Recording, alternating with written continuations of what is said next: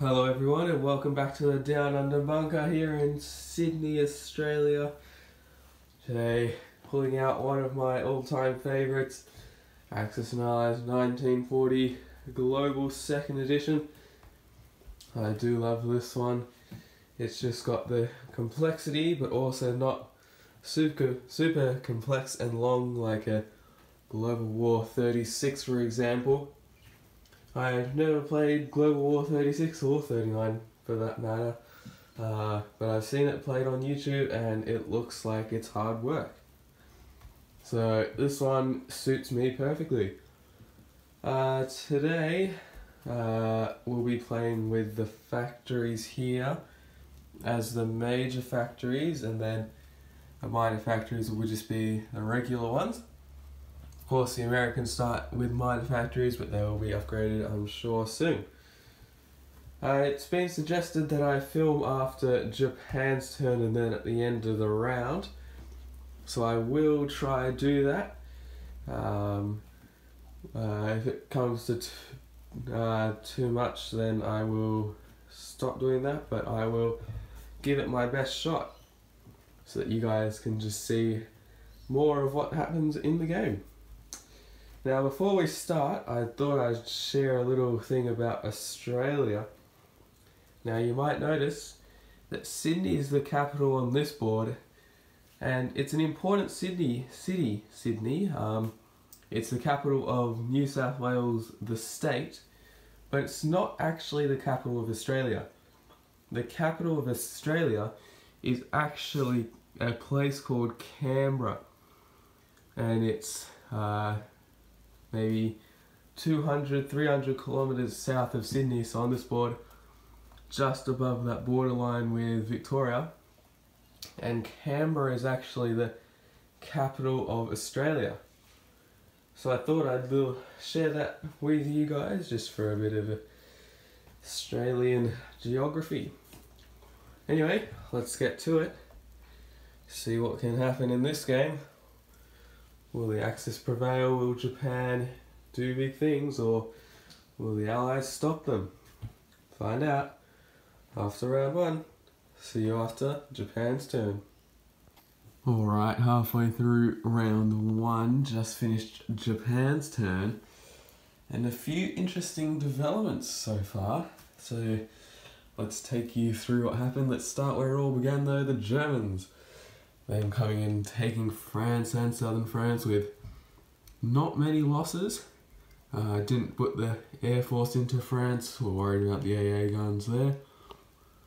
Came and had amazing success in the naval battles. Not only here, didn't lose a single unit, not even a dent to the battleship in that battle. Up there, lost both of the submarines, but that's alright for them. But they also took out the destroyer, keeping the submarine there, and the cruiser down in 91. So the U-boats are having a good time of it, so is the Air Force. Took Yugoslavia. I always take that just for the extra couple bucks. It's always nice. Sent the fighter down to southern Italy. Built 10 units. No Sea-Line in this game. Going all in for Russia, obviously taking Finland as well. Russia, just building up men and fighter and tank, bringing across the units from over in the east, stocking lots of stuff in Leningrad, a few motorized units here and there, lots and lots of infantry. Decided to keep the units on the front, but I don't think the Germans will come in and attack there anytime soon. Over here on the Japanese side, on the Pacific side of the board, the Japanese have not decided to go for J1, only attacking China. So I've never ever done this before, so this was the first for me. I had no idea what to do, so just did a few things here and there. Built a couple of transports there, getting ready to attack the Philippines there, get next round. Bringing all the planes down there, going into China as hard as I could. Bringing the Navy, hit all into 1 or 2 SWATs, so they do get the $10 bonus, but With all the territories they would have taken, it's probably better to do that, but thought I'd change things up here. So that is all from the first half of round one. See how the Allies respond in the second half of round one. See if China can do anything against the Japanese. What will the Allies in the Pacific do with the peaceful Japanese player? All of that will be answered right after this. Moving on to the start of round two now, in this game of ANA 1940 Global, and the Allies have struck back, but so has Italy. We'll be showing that this round. So let's start at USA, I guess. They just piled everything Navy-wise into Hawaii. Never had these ships free before, so they're just moving them over. Still brought out the blocker, bought an aircraft carrier and a destroyer there. Kept the fighter on the Philippines, because why not? Over on this side, they put everything into the eastern United States and built battleship and a destroyer. Not much done by them. The British over here tried to take out the submarine, but no, the submarine actually won the battle against the British destroyer. They did take out the battleship in 110 for the cost of a couple fighters though. Down here in the Taranto raid, they took out the destroyer and transport there for no loss, but couldn't get rid of the units there. Just lost. The Italians lost a fighter, the Germans lost a fighter, and the Italians also lost a cruiser. They weren't able to take out the British destroyer, the Italians, to get their $5 bonus, because they had to take out the French ones, and they thought the French were a bit more dangerous, so they did that, brought stuff into here, almost took Morocco, but doing that would have sent a transport to 92, and they would have lost that. Taking Alexandria, loss of one guy, but there was only one British guy there anyway, so not too bad. Spreading out down here, just start to annoy the British. Hey, British built 3 tanks down here though, so bit of resistance. British over here, just building units, bought the battleship there, took Sumatra. Very different with Japan not attacking. The Anzacs came and took Java, building up another transport, another guy. In China, the Chinese took Yunnan back, getting their bonus back, and also setting up a little bit of a defense force up north. Japanese are going to have to send a few units over there just to take it out. Interesting by the Chinese. The French didn't do anything. They did actually take these infantry and artillery from Normandy, Bordeaux, and sent them to Holland, Belgium, but nothing happened there, so bad for them. So that's the end of round one. Keen to see how the Germans and the Russians and the Japanese go. See if the Japanese will attack. Find out right after this.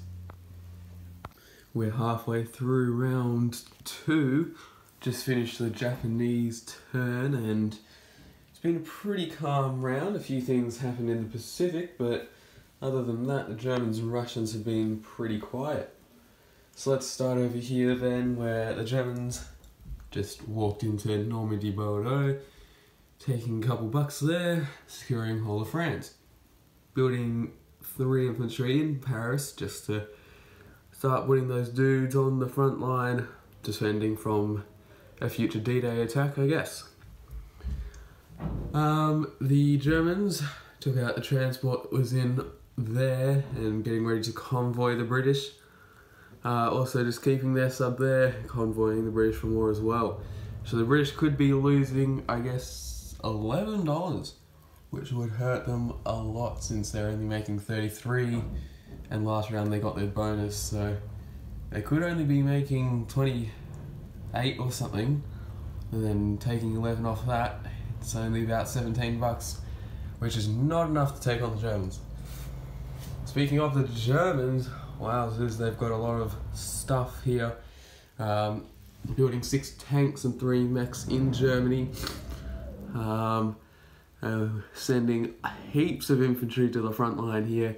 All half decent amount of stuff in Romania there. So big attack next turn, maybe or maybe not, who knows. But the Russians have prepared themselves adequately, I would say, moving their whole air force into Leningrad, putting a few dudes there, putting stuff in Belarus and Western Ukraine, getting ready for a big counter-attack opportunity. So the Germans have got to be wary of that. These dudes just continue coming along. Over here in the Pacific, the Japanese marched into China some more. Couldn't take on the Chinese up north, so it's 4 extra dudes that the Japanese have to take on later. And the Chinese might place more there, but I think it's a bit of a waste at the moment since all of that's there. Japan did declare war on America, Anzac and Britain, and France as well. So they're all at war in the Pacific. Japanese taking the Philippines, Kuangtung, French Indochina, just the regular territories there. Next turn they'll probably stretch out and take the Money Islands. Building some more stuff on the home territory, leaving a few things behind as well. Who knows what that could be for, maybe just a bit of a home fleet. So that's it from this round from the Germans, Japanese and Russians.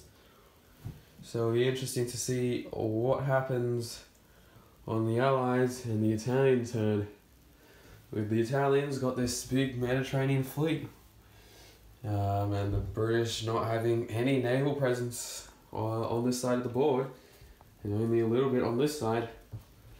What can the Americans and Anzacs do against the Japanese? And will the Chinese be able to hold off the Japanese for longer as well? Find out right after this. Just a quick note here, I realise these 2 units cannot move there, as it says in the rules. When they're not at war with Japan, they cannot move to any territory, any sea zone adjacent to Japanese controlled territory. So these guys will just scoot down one place to sea zone 48, next to Gibraltar Islands. So that's all I had to say, and see you after round 2. It's now the end of round 2 in this game, and things are still heating up, with Russia not being in the war and America not being at war with Germany and Italy, but with Japan. So let's take you through what happened this round, and let's start with Italy, who have had a great round. They've earned $34 this round, lots of cash to spend next round. Who knows what they'll spend that on? More transports, I suspect. Get stuff to take Egypt. But how they got that cash? Well, $19 was from just regular stuff, but $15 from bonuses. $5 for the North African bonus, $5 for controlling Gibraltar, southern France and Greece, and also $5 for no allied ships in the Mediterranean. So big things there for Italy. They could take Egypt with all of that cash, especially though the British are only earning, well, $24. Escaped the convoys this round, only lost $4 to them.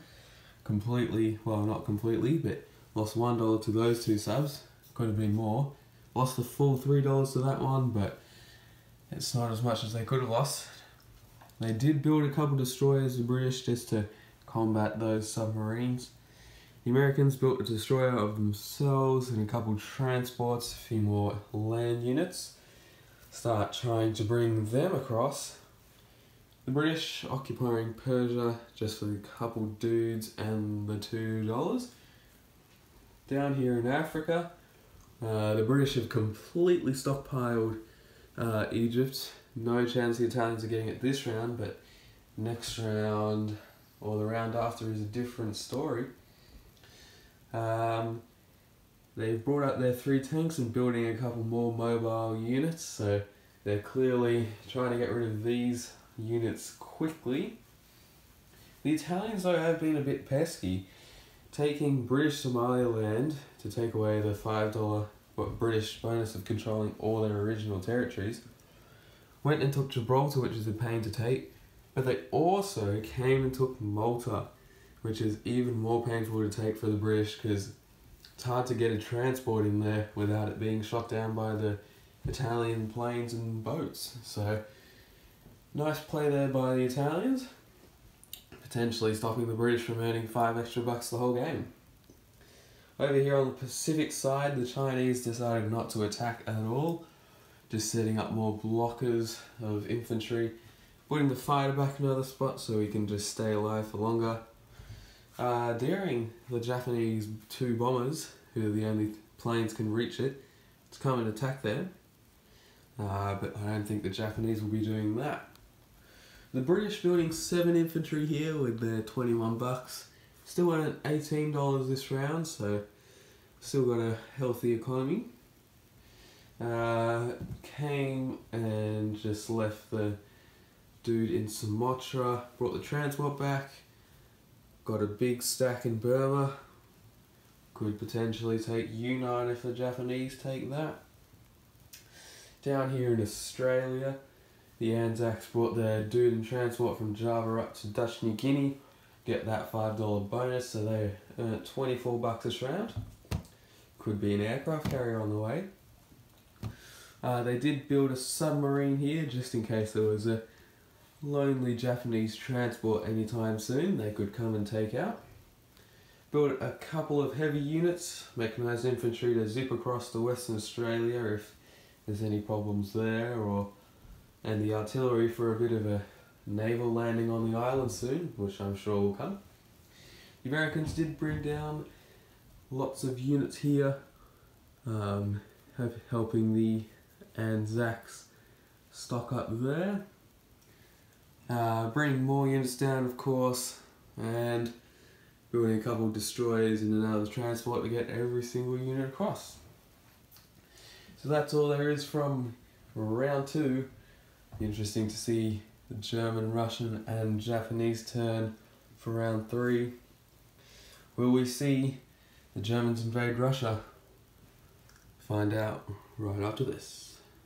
We're now halfway through round 3. Just finished the Japanese turn, and Operation Barbarossa is go. The Germans have invaded Russia on round 3. It's about the usual time when they do it in my game, so they've done it with force. Let's take you through what happened on this side. They came in and took Karelia with the 3 dudes, no loss there, to take that back away, just to get more money. Smashed into the Baltic states, destroying the 1 Russian infantry that was there. Didn't lose, well, they actually didn't lose any infantry on their attack, anything at all. The Russians all missed. But there are 24 infantry in the Baltic states, I believe, and 9 tanks, so the Russians decide to back out of Leningrad because otherwise they would get absolutely smashed. Down south, the Germans did have a very decent force in Bessarabia, but the Russians came in with all of that they could and took that. So now they've put some pressure on the Germans down south. As you can see, not much can reach here. Only a couple dudes in eastern Poland and some motorized, so potentially getting into the heavier weaponry on the Germans if the Germans are going to come down and defend it, and also just taking some attention away from up north. So Germans have now 2 spots to focus on. The Russians just building another fighter. They've got quite the air force now, 5 fighters and a tactical. Bring back infantry, tanks, quite a lot of infantry, and more to come. So they're looking pretty solid in defense, but once the Germans take that factory, start cranking out, I'm assuming 3 tanks a turn, could be a different story. Over here in the Pacific, the Japanese did not have a great time in China. To take out those 4 dudes up there, they lost 5 guys. Lost a guy just taking out 1 guy in there. Lost, I think they only lost 1 dude there, taking out 5 Chinese infantry. And then they lost 3 down there, taking out 5 infantry as well. So, not the best time for the Japanese there, although they do have tanks coming in now. The British, though, do have a lot of stuff there that could help out in Yunnan. So the Japanese have been careful about that.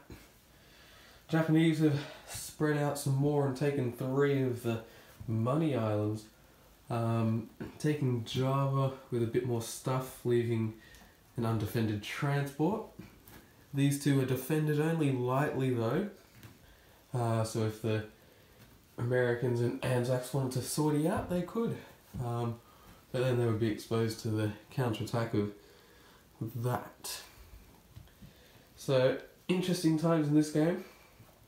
We'll see what happens with the Americans and Anzacs, how they respond to this attack on the Money Islands, and how will the British respond in China. The Germans also, quick note, built a transport in the Mediterranean, so starting to think about bringing stuff across to Africa. And they also bombed London for 12, had a good bombing run there. They also attacked 2 destroyers in there, got 1 hit, but the destroyers hit back, so that destroyer could come over and take out these 2 subs with a bit of air force. Also building out a destroyer there. What could they be doing? Yeah, that's all from the first half of round 3. Next half is coming up. What can the Allies do, and will the Italians, what will they do with all of their money? Find out right now. It's now the end of round 3 in this game of 1940 Global, and it's been not the most entertaining round, but I'm sure it will heat up next round and the rounds after. Over here in Africa, we'll start.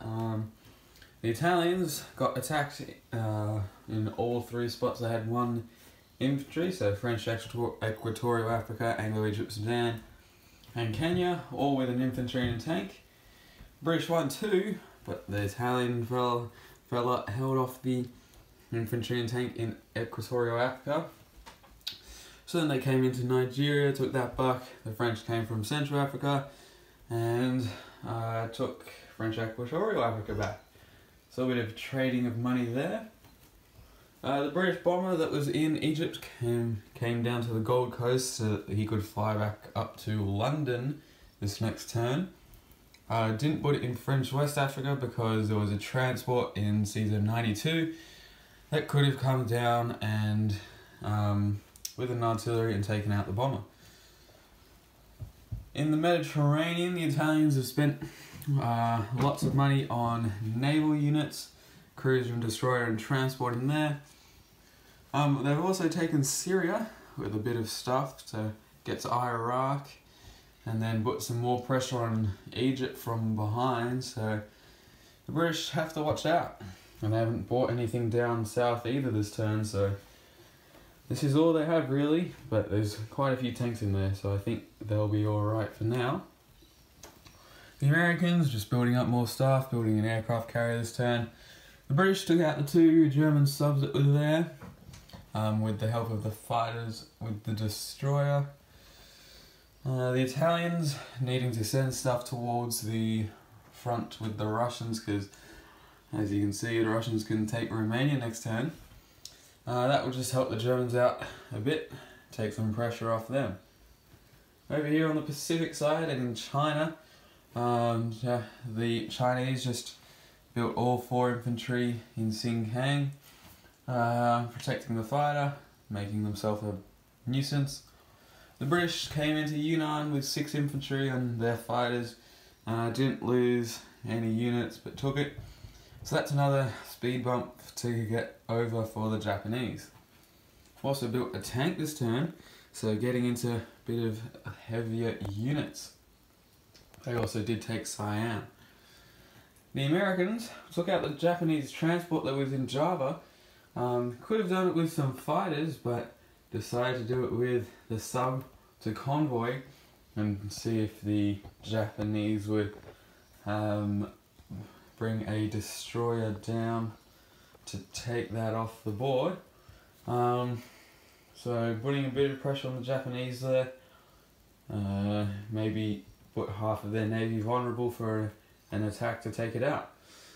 The Americans have made a big move into the Caroline Islands, putting their whole entire navy there. Took the Caroline Islands for the naval base mostly, so now they can reach Japan, which is a bit of a problem.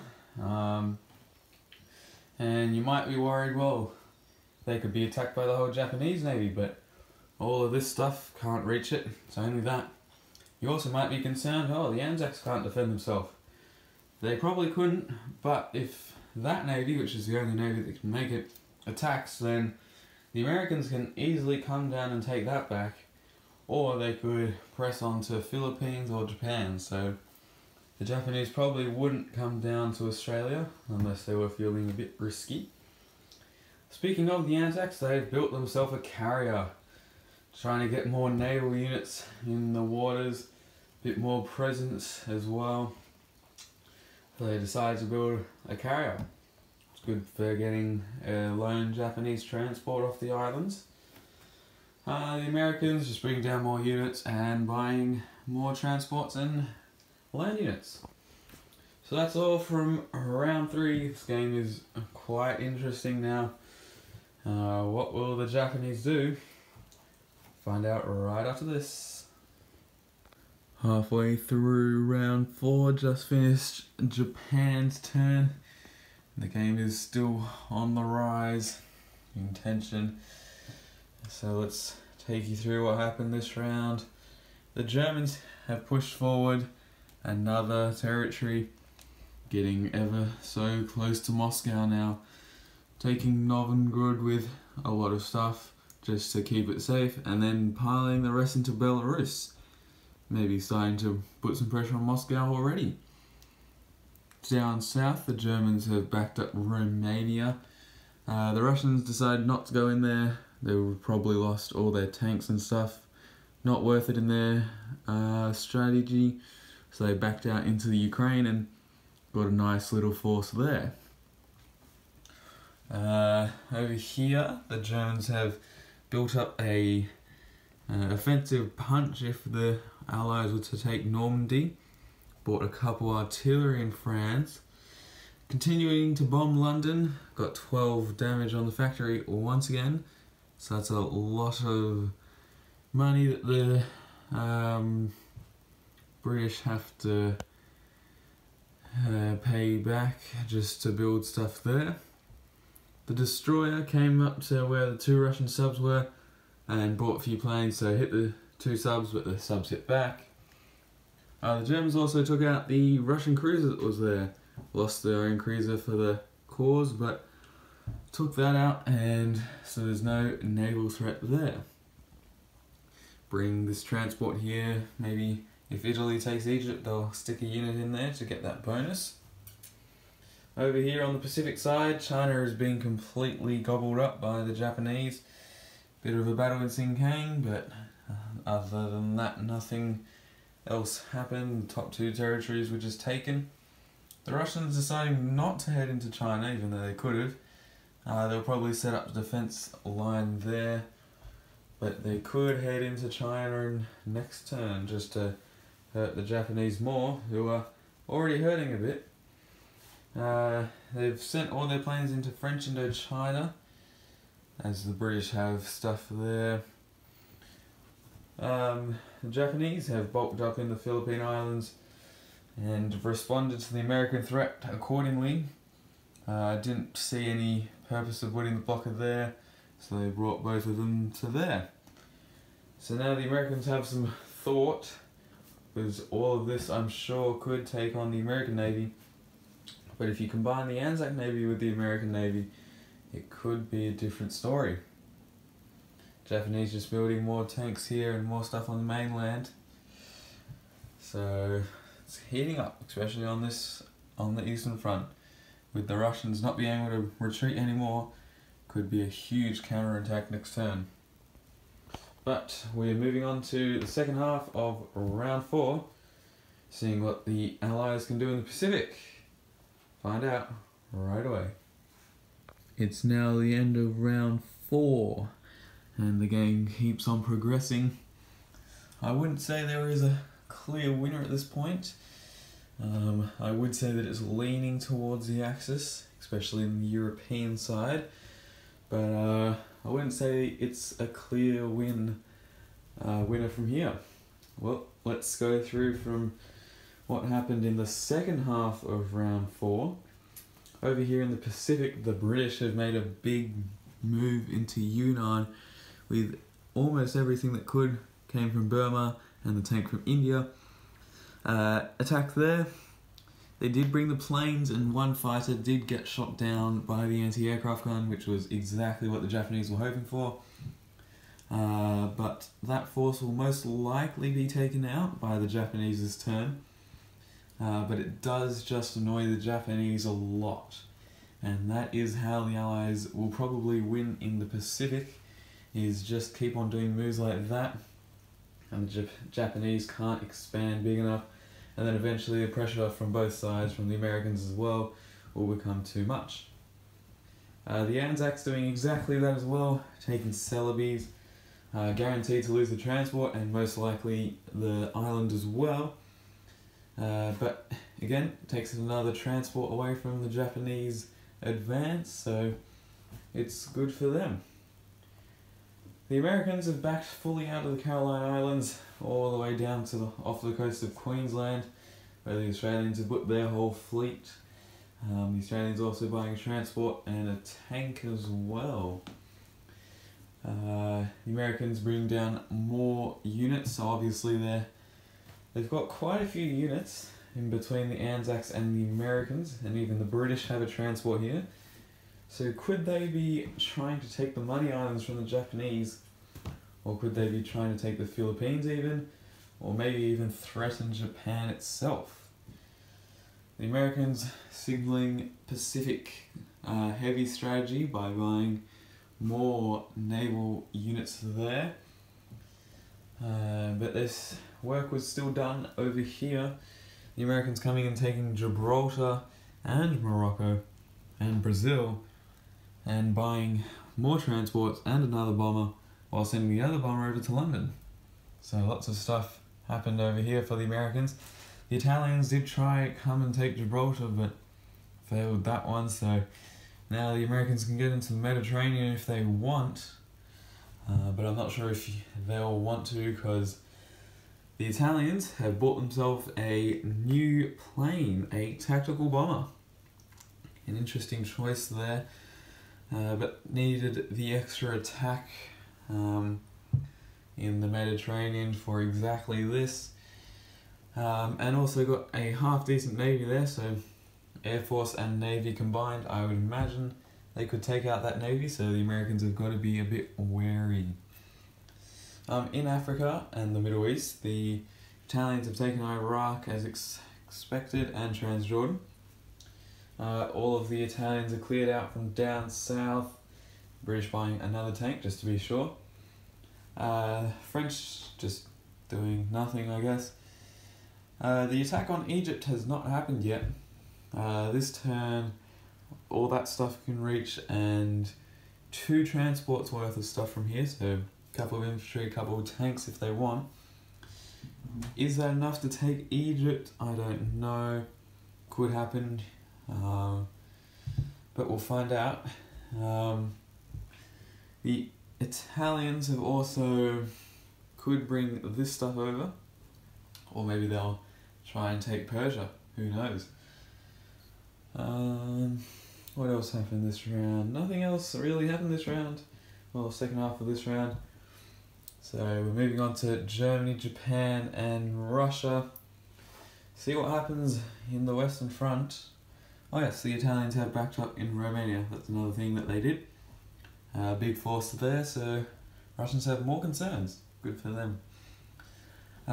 So we'll see you after round halfway through round 5, after the Japanese turn, see what happens on the Western Front. Find out right away.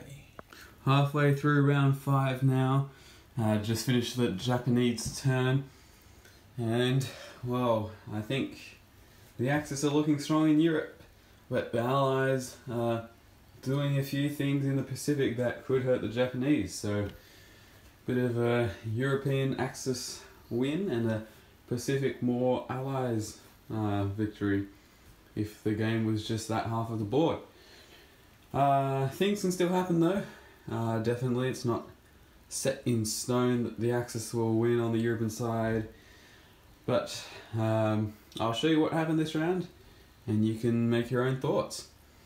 In the Pacific, the Russians have charged into China with 6 guys, making the Japanese send their 3 tanks up north instead of putting them down south where they're needed to take India. It does mean that the Mongolia is now strict neutral. Doesn't matter if the Japanese attack a Russian border territory, they will stay neutral now. Japanese have bought more units in Japan, more transports. Start bringing stuff across to Russia maybe, just take out more of their economy. And of course more down south. They have taken out Celebes from the Anzacs, throwing away that transport. Also going to throw away these 2 transports for Malaya. Still got some transports back home, but interesting choice. They didn't want to send units out to defend them, because if they did, then this whole fleet could start picking off some Japanese naval units. Even the British could have come and helped out, you never know. Over here in Europe, the Germans tried to take Gibraltar, but failed. They took their infantry and tank from Greece. Couldn't take it, killed the artillery though, but that's not much use if they didn't take it. Building up more units in Normandy, bombing Britain for 11 this time. Over here in the Eastern Front, things were done. Archangel was taken by the Germans, tanks were built, planes were sent up north, huge stack of stuff in Belarus, and another big stack in eastern Poland. So what might happen is that the Germans will take a bordering territory of Moscow, force the Russians to take it back, or their capital will be gone. There's also a big push for down south now. The Russians have pretty much given up down south, buying 6 tanks this turn, putting them all in Russia. So interesting strategy there. They're clearly looking to attack. These 18 infantry, as I said, going to China and just defending the border. That's about it from this round. Well, halfway through this round. See what the Allies can do and the Italians. See if the Italians can put more pressure on Russia. See if the Americans come into the Mediterranean. Will the Italians sack Egypt this turn? Will the Allies do something in the Pacific? Will they even attack this big Japanese fleet? Because without it, Japan's pretty much gone. All those questions and more will be answered right away. You're about to find out right now.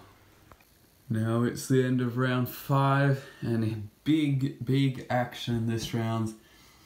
Well, in the second half of this round in the Pacific. Massive naval battles. Show you the result of that first, but let's start in the European side, where the Italians have marched into Bessarabia, killing off that dude, and now Ukraine is under threat by the Germans and Italians, so the Russians have even more problems.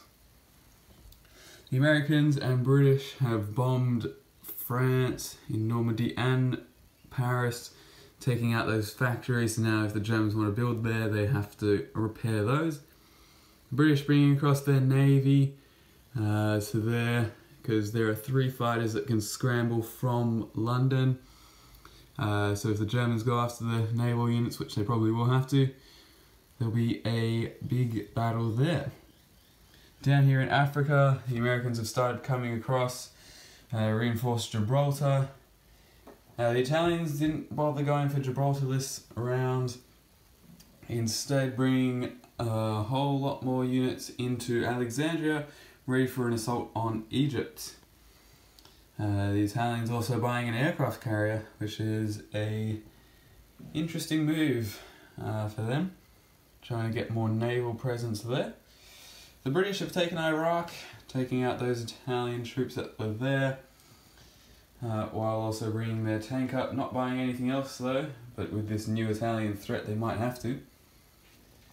Now over here in the Pacific side, the Chinese were able to place one guy. The British building more dudes, but the big story, huge naval battle in the Philippines, the American and Anzac Navy going in there, so there is no navy left, and that is the result of it. After all of that, that is the result. The Americans absolutely got hammered. On one of the rounds, three submarines that were there got 3 1s, and the destroyers for the Americans had already been gone, so that was 3 surprise strikes which hurt them so much. Now the Japanese can repair all of that, put their planes on, bring a few transports down, and you would think that Australia is under threat. A few more islands were taken by the British and Anzacs. The Americans tried, but they failed.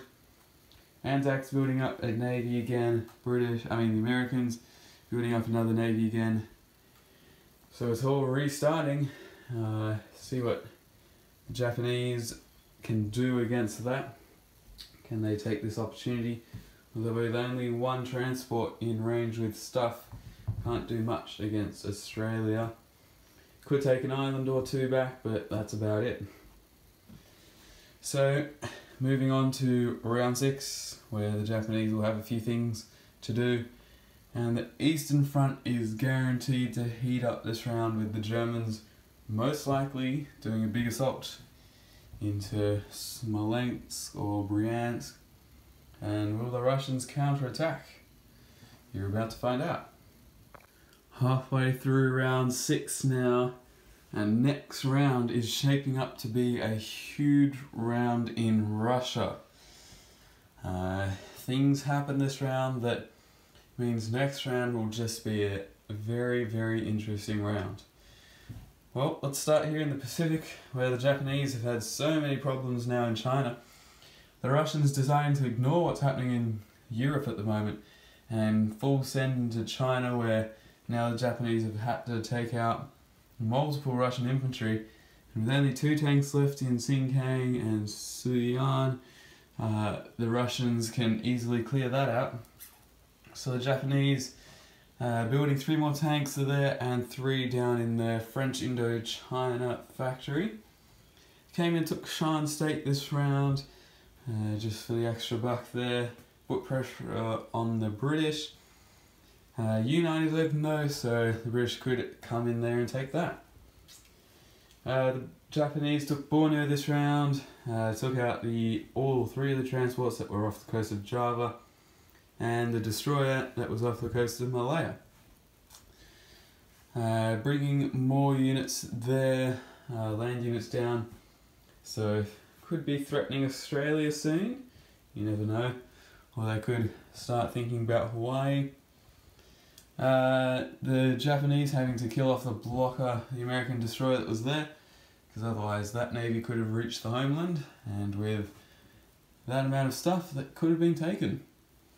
Japanese also taking Soviet Far East to give the Russians even more problems. Now over here in Europe is where it all happened. Here, Smolensk was taken by the Germans, and the Russians, not wanting to counterattack, built 10 infantry in Moscow this turn, and next turn is probably going to be the big showdown, the Battle of Russia. And if the Germans win that, then that's the end of the game most likely, because they'll take Stalingrad and then they'll just need 1 more city, and with that amount of cash they'll probably be able to take Cairo in no time.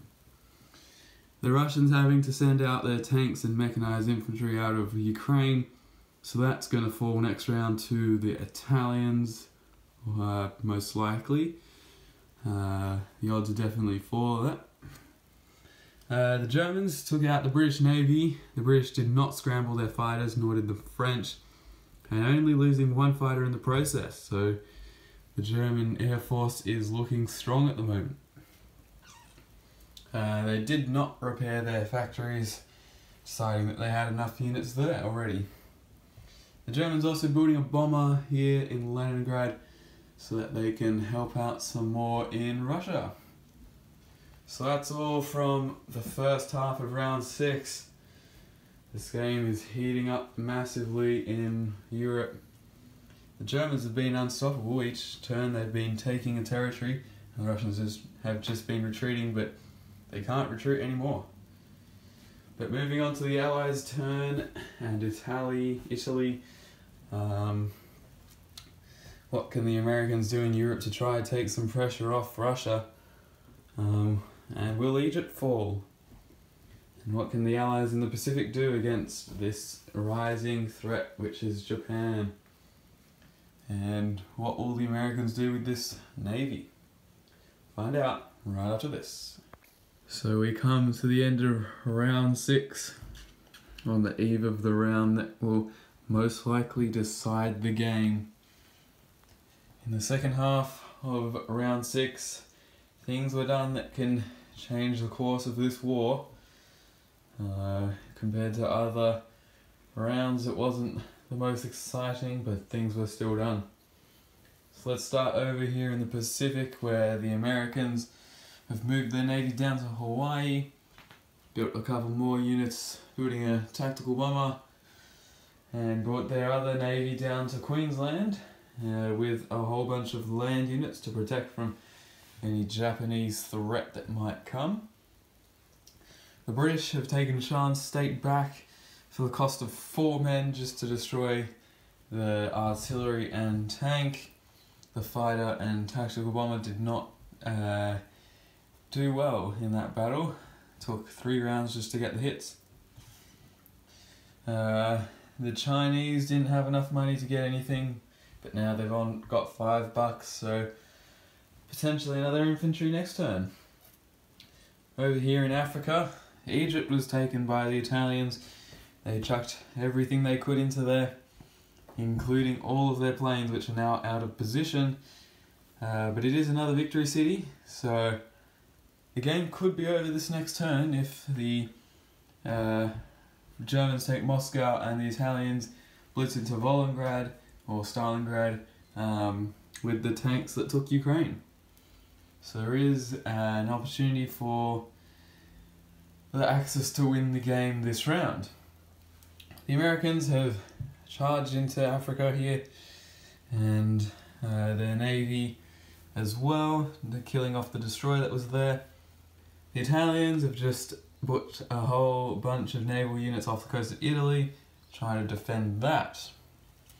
And there are no transports in that fleet, which is a big mistake now, because they can't take or even put pressure on southern Italy. So that just takes the pressure off Italy, meaning they can buy naval units. They did put up a blocker in the sea zone in Malta to protect the aircraft carrier and the planes in Greece, but otherwise the Americans have no hope of taking southern Italy. The British building a tank down here and battleship and destroyer, but it is looking like it's going to be too late to take France back, because the Americans have built stuff up as well. But it all does come down to the Battle of Moscow. If the Germans win that, the Axis will guaranteed win the game. Well, not guaranteed, but most likely win the game, because Cairo could be taken back and the counterattack by the Italians might not work. But if the Russians win the Battle of Moscow, then things could be different, especially if they win by a decent amount, because counterattack opportunity could blitz through, take up north, and then start pushing into Germany. So this next round is the deciding round of the game. I'm going to call it Who will win the Battle of Moscow? You're about to find out. So the end of round 7, it's the end of the game. The Axis have won thanks to a European victory. The Germans have succeeded in their conquest of Moscow, and the Italians succeeded in defending Egypt. Both battles were incredibly close. Germans winning with just 2 tanks left, and the Italians winning with a tank there. I skipped straight to the British turn once the Germans had won to see if they could take Cairo, and they couldn't, so that's the end of the game. 8 victory cities in Europe for the Germans and Italians means it's a victory for them. So thanks for watching, everyone. I hope you enjoyed. It's quite a short game, I would say, for this version. Only 7 rounds. But full of excitement all the way through. Would have been interesting to see how the Pacific had turned out. My prediction would have been that the Allies would have won eventually, but you never know. Anyway, thanks for watching, everyone. I hope to see you next time. Downer and Bunker, signing off.